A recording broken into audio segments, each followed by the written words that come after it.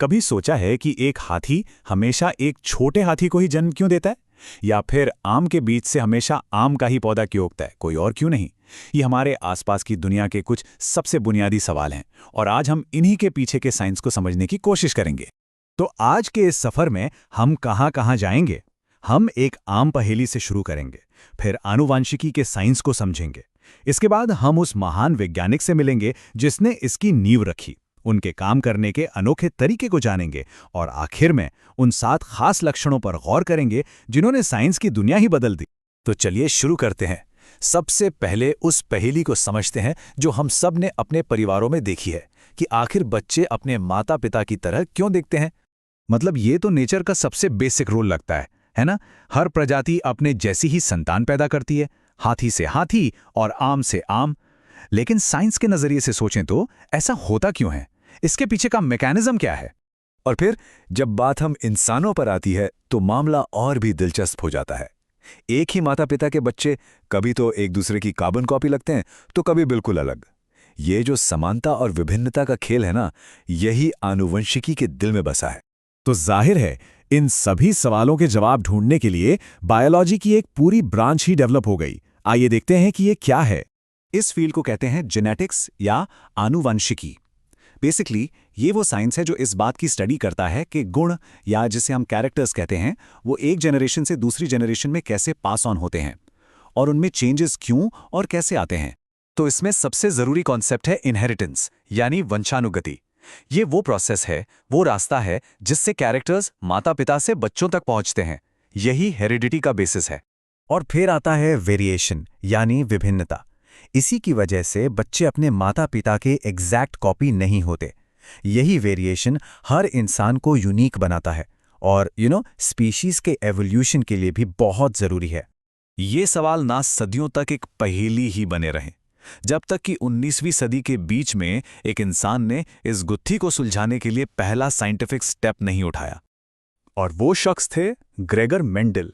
उन्होंने 1856 से 1863 तक यानी पूरे 7 साल तक बगीचे में उगने वाले मटर के पौधों पर एक्सपेरिमेंट्स किए और इन्हीं एक्सपेरिमेंट्स से उन्होंने इनहेरिटेंस के वो नियम बनाए जो आज भी साइंस की बुनियाद हैं।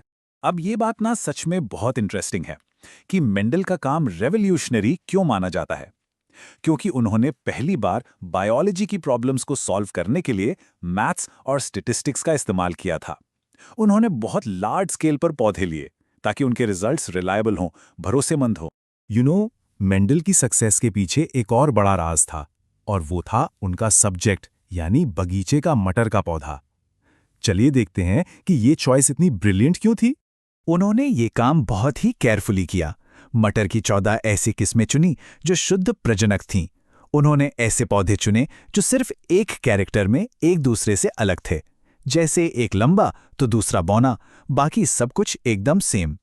अब ये ट्रू ब्रीडिंग लाइन या शुद्ध प्रजनक वंशक्रम क्या होता है, इसे समझना बहुत जरूरी है।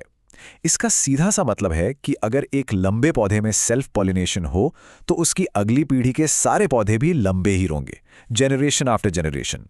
इससे मेंडल को अपने एक्सपेरिमेंट्स के लिए एक स्टेबल बेसलाइन मिल गया। तो चलिए अब देखते हैं वो 7 कौन से कैरेक्टर्स थे जिन्हें मेंडल ने अपने एक्सपेरिमेंट्स के लिए चुना था। यहाँ पर वो 7 ट्रेट्स एक साथ देखे जा सकते हैं: बीज का आकार, बीज का रंग, फूल का रंग और ऐसे ही 7 लक्षण। और हर लक्षण के 2 ऑपोजिट फॉर्म्स थे। इन्हीं को मेंडल ने डोमिनेंट यानी प्रभावी और रिसेसिव यानी अप्रभावी कहा। डोमिनेंट का मतलब है कि अगर ये ट्रेट मौजूद है तो यही दिखेगा, और रिसेसिव ट्रेट तभी दिखेगा जब डोमिनेंट वाला मौजूद ना हो। जैसे एक एग्जाम्पल लेते हैं, तने की ऊंचाई यानी स्टेम हाइट। यहां 2 ही ऑप्शन थे, लंबा या बौना। मेंडल ने पाया कि लंबा होना एक डोमिनेंट ट्रेट था। इसका मतलब ये कि अगर पौधे के अंदर लंबे और बौनेपन दोनों के फैक्टर्स मौजूद हों तो भी पौधा लंबा ही दिखेगा। बौनापन सिर्फ तभी दिखेगा जब लंबेपन का फैक्टर हो ही ना। एक और एग्जाम्पल देखें तो वो है बीज का शेप। बीज या तो गोल हो सकता था या झुर्रीदार। मेंडल ने देखा कि गोल होना एक डोमिनेंट ट्रेट था जो झुर्रीदार ट्रेट पर हावी हो जाता था। इस तरह उन्होंने हर कैरेक्टर के 2 फॉर्म्स को क्लासिफाई किया कि कौन सा गुण दिखेगा और कौन सा छिपा रह जाएगा। और ये टेबल मेंडल के सिस्टमैटिक काम का एक बेहतरीन नमूना है।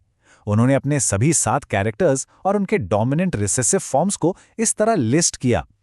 तने की ऊंचाई के लिए लंबा बौना, फूल के रंग के लिए बैंगनी सफेद और इसी तरह बाकी सभी। ये टेबल उनके साइंटिफिक डिसिप्लिन का एक शानदार एग्जाम्पल है। तो सवाल ये उठता है कि इतनी जबरदस्त और प्लान्ड तैयारी के साथ मेंडल ने आखिर खोज क्या निकाला होगा? इनहेरिटेंस के कौन से फंडामेंटल सीक्रेट्स को उन्होंने अनकवर किया होगा? ये एक ऐसा सवाल था जिसका जवाब साइंस की पूरी दिशा बदलने वाला था।